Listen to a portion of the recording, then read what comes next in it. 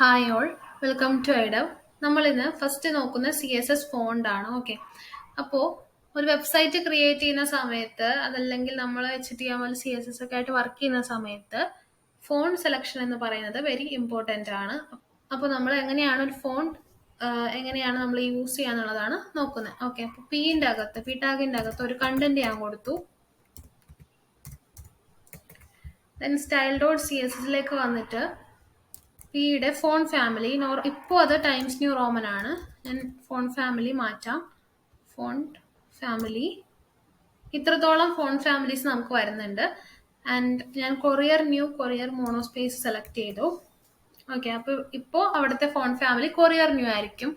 അതിന് എന്തുകൊണ്ടാണ് അത് കോമ സെപ്പറേറ്റഡ് ആയിട്ട് മൂന്നെണ്ണമായിട്ട് കൊടുത്തിട്ടുള്ളതെന്ന് വെച്ചിട്ടുണ്ടെങ്കിൽ, if courier new is not supported by the browser, then the courier will be chosen, and if it is not, monospace will be chosen. So courier new ഇല്ലെങ്കിൽ courier ഇല്ലെങ്കിൽ മോണോസ്പേസും അങ്ങനെ ആയിരിക്കും ബ്രൗസർ എടുക്കുന്നുണ്ടാവുക. അതുകൊണ്ടാണ് നമ്മൾ അങ്ങനെ കൊടുത്തിട്ടുള്ളത്. ദെൻ ഫോണ്ട് വെയിറ്റ് എന്ന് പറയുന്ന ഒരു പ്രോപ്പർട്ടി വരുന്നുണ്ട്. അതിൽ നമ്മൾ HTML ബി ടാഗ് യൂസ് ചെയ്ത് ബോൾഡ് ആക്കാനായിട്ട് നമ്മൾ പഠിച്ചിട്ടുണ്ടായിരുന്നു. അപ്പോൾ അത് നമുക്ക് CSS പറഞ്ഞു കൊടുക്കാം. ബോൾഡ് എന്ന് പറയുന്ന ആ ഒരു പ്രോപ്പർട്ടി ചൂസ് ചെയ്യാം, അല്ലെങ്കിൽ ബോൾഡർ ചൂസ് ചെയ്യാം, ലൈറ്റർ ചൂസ് ചെയ്യാം. അതല്ലാതെ ഈ ഒരു 900 വരെയുള്ള ആ ഒരു വാല്യൂസ് യൂസ് ചെയ്തിട്ടും ചെയ്യാം. അതിൽ 600 ബോൾഡിനോട് സിമിലർ ആണ്. ഓക്കെ, 600 കൊടുത്തു, ബോൾഡ് ആയിട്ടുണ്ട്. ദെൻ നമ്മൾ നെക്സ്റ്റ് വരുന്നത് ഫോണ്ട് സ്റ്റൈലാണ്. HTML ഇറ്റാലിക് ആക്കാൻ വേണ്ടിയിട്ട് ഐ എന്ന് പറയുന്ന ടാഗ് യൂസ് ചെയ്തിട്ടുണ്ടായിരുന്നു. അതിന് പകരം CSS നമുക്ക് ഇറ്റാലിക് എന്ന് പറയുന്നത് വാല്യൂ ആയിട്ട് ഫോണ്ട് സ്റ്റൈലിൽ സെറ്റ് ചെയ്ത് കൊടുക്കാം. അപ്പോൾ ഇറ്റാലിക് കൊടുക്കുന്ന സമയത്ത് ഇറ്റാലിക് ആയിട്ടുണ്ട്. ദെൻ ഒബ്ലിക്ക് എന്ന് പറയുന്ന ഒരു വാല്യൂ കൂടി ഇതിന് വരുന്നുണ്ട്. അതായത് ഇത് ഇറ്റാലിക്കിനോട് സിമിലർ ആണ്, പക്ഷേ നമ്മൾ കൂടുതൽ യൂസ് ചെയ്യാറില്ല, കാരണം ചില ബ്രൗസേഴ്സ് അത് സപ്പോർട്ട് ചെയ്യുന്നില്ല. ഓക്കെ, അപ്പോൾ ഇതാണ് ഫോണ്ട് സ്റ്റൈൽ എന്ന് പറയുന്നത്. പിന്നെ വരുന്നതാണ് ഫോണ്ട് വേരിയന്റ് എന്ന് പറയുന്നത്. ഓക്കെ, ഫോണ്ട് വേരിയന്റ് അതിന്റെ വാല്യൂ നോർമൽ ഉണ്ട്, പിന്നെ സ്മോൾ ക്യാപ്സ് എന്ന് പറയുന്നത് നമ്മളുടെ ആ ഒരു കണ്ടന്റ് ലോവർ കേസിലാണെങ്കിൽ അതിനെല്ലാം അപ്പർ കേസിലേക്ക് കൺവേർട്ട് ചെയ്യും. ദെൻ ആ കൺവേർട്ടഡ് ആയിട്ടുള്ള ലെറ്റേഴ്സിനെ സ്മോൾ ഫോണ്ട് സൈസിലായിരിക്കും അവരുണ്ടാവുക. അതുകൊണ്ടാണ് അവരെ സ്മോൾ ക്യാപ്സ് എന്ന് കൊടുക്കുന്നത്. അപ്പം ഞാനിത് കൊടുക്കുന്നതിന് മുമ്പ് എൻ്റെ ഈ ഒരു കണ്ടന്റ് എന്ന് പറയുന്നത് കംപ്ലീറ്റ്ലി എന്താണ്, സ്മോൾ ലെറ്റർ ആണ്. അപ്പോൾ ഞാൻ സ്മോൾ ക്യാപ്സ് എന്ന് പറഞ്ഞു കൊടുക്കുന്നുണ്ട്. സേവ് ചെയ്തു. ഇപ്പം എന്താ സംഭവിക്കാന്ന് വെച്ചാൽ, കണ്ടോ, അവര് എല്ലാം ക്യാപിറ്റൽ ലെറ്റർ ആയിട്ടുണ്ട്. ദെൻ ഒരു സ്മോൾ ഫോണ്ട് സൈസിലാണ് അവർ വന്നിട്ടുള്ളത്. അപ്പോൾ അതാണ് ഫോണ്ട് വേരിയന്റ് എന്ന് പറയുന്നത്. ഇനി നമുക്കുള്ളത് ഫോണ്ട് സൈസ് ആണ്. ഫോണ്ട് സൈസ്, ഓക്കെ, അത് നമുക്ക് ലാർജർ കൊടുക്കാം. ഇതുപോലെ വാല്യൂസ് ആയിട്ട് വരുന്നുണ്ട്. അതല്ലാതെ നമുക്ക് പിക്സലിൽ കൊടുക്കാം.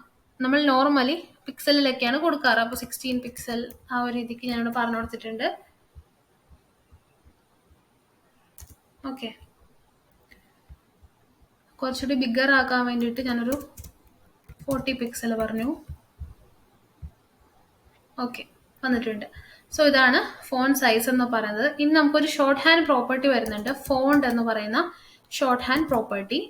ഇതിൻ്റെ അകത്ത് നമുക്ക് ഫസ്റ്റ് വരുന്നത് ഫോണ്ട് സ്റ്റൈലാണ്. ഓക്കെ, ഇറ്റാലിക് എന്ന് ഞാൻ കൊടുത്തു.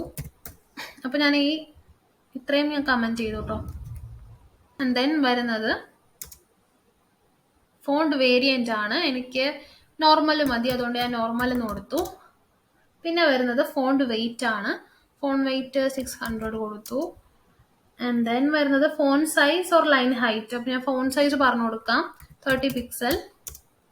ആൻഡ് ലാസ്റ്റ് വരുന്നതാണ് ഫോണ്ട് ഫാമിലി എന്ന് പറയുന്നത്. അപ്പോൾ ഞാനിവിടെ ടൈംസ് ന്യൂ റോമൻ എന്ന് പറഞ്ഞു കൊടുത്തു.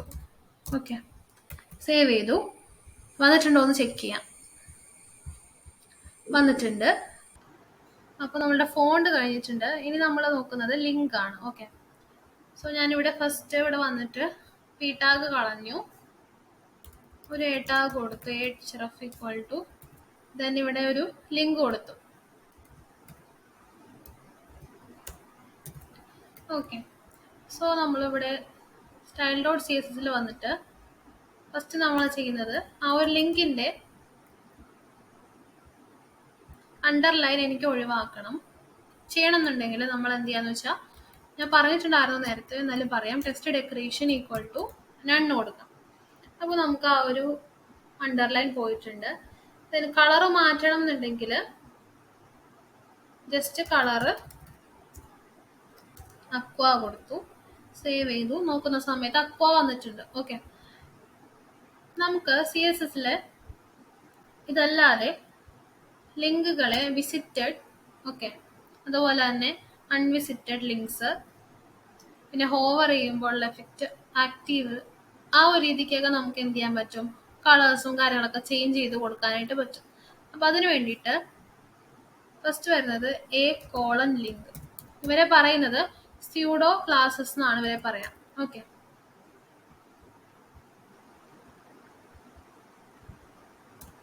അപ്പോൾ ലിങ്കിന്റെ കളറ് ഞാൻ ബ്ലൂ വയലറ്റ് ആക്കി സെറ്റ് ചെയ്തിട്ടുണ്ട്. സോ ബ്ലൂ വയലറ്റ് ആയിട്ട് എനിക്ക് വന്നിട്ടുണ്ട്. അതിന്റെ കാരണം എന്ന് പറയുന്നത് എന്താണ്, ലിങ്ക് എന്ന് പറയുന്നത് അൺവിസിറ്റഡ് സ്റ്റേറ്റിനെയാണ് സൂചിപ്പിക്കുന്നത്. ഓക്കെ, ദെൻ വിസിറ്റഡ്, അത് നമ്മൾ ഒരു തവണയെങ്കിലും ആ ഒരു പെർട്ടിക്കുലർ ലിങ്ക് വിസിറ്റ് ചെയ്തിട്ടുണ്ടെങ്കിൽ അതിന്റെ കളർ റെഡ് ആവണം എന്ന് പറഞ്ഞു കൊടുത്തു. സോ ഞാൻ ആ ലിങ്ക് വിസിറ്റ് ചെയ്യാൻ പോവാണ്. ഇപ്പൊ വിസിറ്റ് ചെയ്തിട്ടില്ല, വിസിറ്റ് ചെയ്തു, സോ റെഡ് ആയിട്ടുണ്ട്. ദെൻ ഹോവർ ചെയ്യാന്ന് വെച്ചാൽ നമ്മൾ മൗസ് അതിന്മേലേക്ക് കൊണ്ടു ചെല്ലുന്ന സമയത്ത് അതിന്റെ കളറ് യെല്ലോ ആവണം. സോ കൊണ്ടു ചെന്നു, യെല്ലോ ആയിട്ടുണ്ട് colour. And last one is active.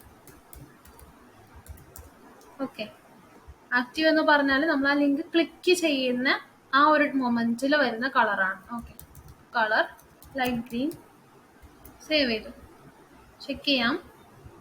Click ചെയ്യുന്ന മൊമെന്റിലുള്ള കളറാണ്. ക്ലിക്ക് ചെയ്യുമ്പോൾ നമുക്ക് എന്ത് വന്നിട്ടുണ്ടായിരുന്നു, ഒരു ലൈറ്റ് ഗ്രീൻ കളർ വന്നിട്ടുണ്ടായിരുന്നു. സോ ഇതാണ് ലിങ്ക് എന്ന് പറയുന്നത്. നെക്സ്റ്റ് നമ്മൾ പറയുന്നത് ലിസ്റ്റ് ആണ്.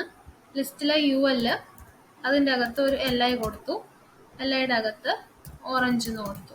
ഓക്കെ, ദെൻ നമ്മളിവിടെ ടൈപ്പ് യൂസ് ചെയ്യും. Type equal to disc square എന്നൊക്കെ പറഞ്ഞിട്ട് നമുക്ക് ടൈപ്പ് യൂസ് ചെയ്യാം. സോ ഇതിന് പകരം എനിക്ക് CSS ലിസ്റ്റ് സ്റ്റൈൽ ടൈപ്പ് എന്ന് പറയുന്ന ഒരു പ്രോപ്പർട്ടി വരുന്നുണ്ട്. ഓക്കെ, അപ്പൊ ULന് ലിസ്റ്റ് സ്റ്റൈൽ ടൈപ്പ്. ഓക്കെ, ഇതിൻ്റെ അകത്ത് സർക്കിൾ വേണമെങ്കിൽ അത് കൊടുക്കാം, ഡിസ്ക് കൊടുക്കാം, ഏത് വേണമെങ്കിലും കൊടുക്കാം. അപ്പൊ ഞാനിവിടെ സ്ക്വയർ കൊടുത്ത് കാണിക്കാം. സ്ക്വയർ വന്നിട്ടുണ്ട് ലിസ്റ്റിന്. ദെൻ അത് ഏത് രീതിക്ക് വേണമെങ്കിലും കൊടുക്കാം. ദെൻ എനിക്ക് ആ ഒരു ബുള്ളറ്റിനൊക്കെ ഒഴിവാക്കണം എന്നുണ്ടെങ്കിൽ ലിസ്റ്റ് സ്റ്റൈൽ ടൈപ്പ് നണ്ണ് കൊടുത്തിട്ടുണ്ടെങ്കിൽ എനിക്ക് ബുള്ളറ്റിന് ഒഴിവായി കിട്ടും. ബുള്ളറ്റിന് ഒഴിവായിട്ടുണ്ട്. ഇതിന്റെ കളർ ചേഞ്ച് ചെയ്യണം എന്നുണ്ടെങ്കിൽ LIക്ക് കളർ പറഞ്ഞു കൊടുക്കാം. LI കളർ റെഡ് ആയിട്ടുണ്ട്.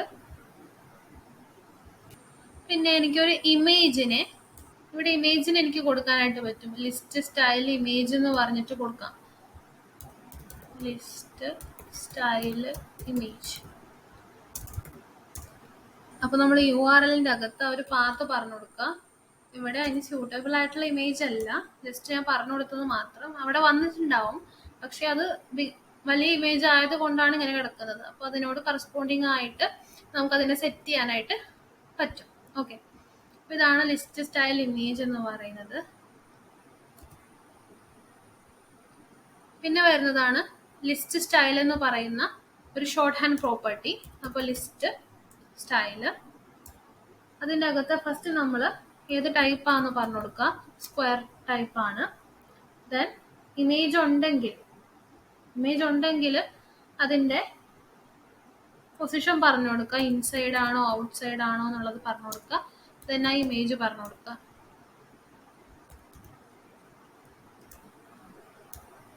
ഓക്കെ, ഇതുപോലെ വന്നിട്ടുണ്ട്. അതൊരു ചെറിയ ഇമേജ് ആണെങ്കിൽ ആ ഒരു ലിസ്റ്റ് ഐറ്റത്തിനോട് കറസ്പോണ്ടിങ് ആയിട്ടായിരിക്കും വരുന്നുണ്ടാവുക കേട്ടോ. അപ്പൊ ഇങ്ങനെയാണ് ലിസ്റ്റ് സ്റ്റൈലിന്റെ ഷോർട്ട് ഹാൻഡ് പ്രോപ്പർട്ടി വരുന്നത്. ദെൻ നമ്മൾ ഇനി CSS ടേബിൾ. ഓക്കെ, ടേബിളിൽ വരുന്ന പ്രോപ്പർട്ടീസ് എന്ന് പറഞ്ഞാൽ നമ്മൾ നോർമലി പഠിച്ചിട്ടുള്ള പ്രോപ്പർട്ടീസ് തന്നെയാണ്. ഫസ്റ്റ് ഞാൻ ടേബിൾ കൊടുത്തു, അതിൻ്റെ അകത്തൊരു TR കൊടുത്തു, then TH name, TH age, next TRൽ TDയിൽ ABC, TD 20. ഓക്കെ, സേവ് ചെയ്തു. ഇപ്പോൾ ഈ ടേബിൾ എങ്ങനെയാണ് ഉണ്ടാവാൻ നമുക്ക് നോക്കാം. ഈ ഒരു രീതിക്കാണ് വന്നിട്ടുള്ള, ബോർഡർ ഇല്ല.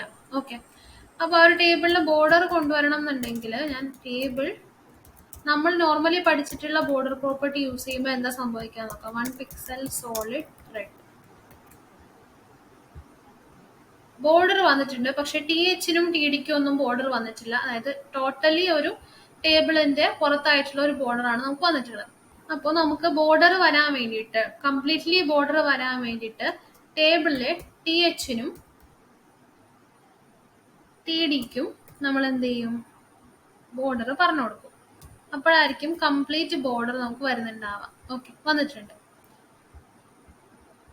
പിന്നെ നമുക്ക് ഈ ടേബിളിന്റെ വിഡ്ത്ത് 100% ആക്കണമെന്നുണ്ടെങ്കിൽ വിഡ്ത്ത് പ്രോപ്പർട്ടി യൂസ് ചെയ്യാം. അതുപോലെ തന്നെ ഓക്കെ, അത് നമ്മൾ ടേബിളിന് യൂസ് ചെയ്യാം കേട്ടോ. ടേബിളിന് വിഡ്ത്ത് 100%, THനും TDക്കും ബോർഡർ കൊടുത്തിട്ടുണ്ട്. അതുപോലെ തന്നെ നമുക്ക് ബാക്ക്ഗ്രൗണ്ട് കളർ വേണമെങ്കിൽ സെറ്റ് ചെയ്ത് കൊടുക്കാം. Background colour black. കണ്ടോ, അപ്പോൾ കണ്ടന്റ് കാണുന്നില്ല, ഞാൻ കളറ് വൈറ്റ് കൊടുത്തു. കണ്ടോ, ഇങ്ങനെ നമുക്ക് സെറ്റ് ചെയ്ത് കൊടുക്കാനായിട്ട് പറ്റും. ദെൻ ഈ ഒരു ടേബിളിന്റെ അകത്തുള്ള കണ്ടന്റുകൾ നമുക്ക് അലൈൻ ചെയ്യണമെന്നുണ്ടെങ്കിൽ നമ്മൾ ടെക്സ്റ്റിൽ പഠിച്ചിട്ടുള്ള ടെക്സ്റ്റ് അലൈൻ യൂസ് ചെയ്യാം.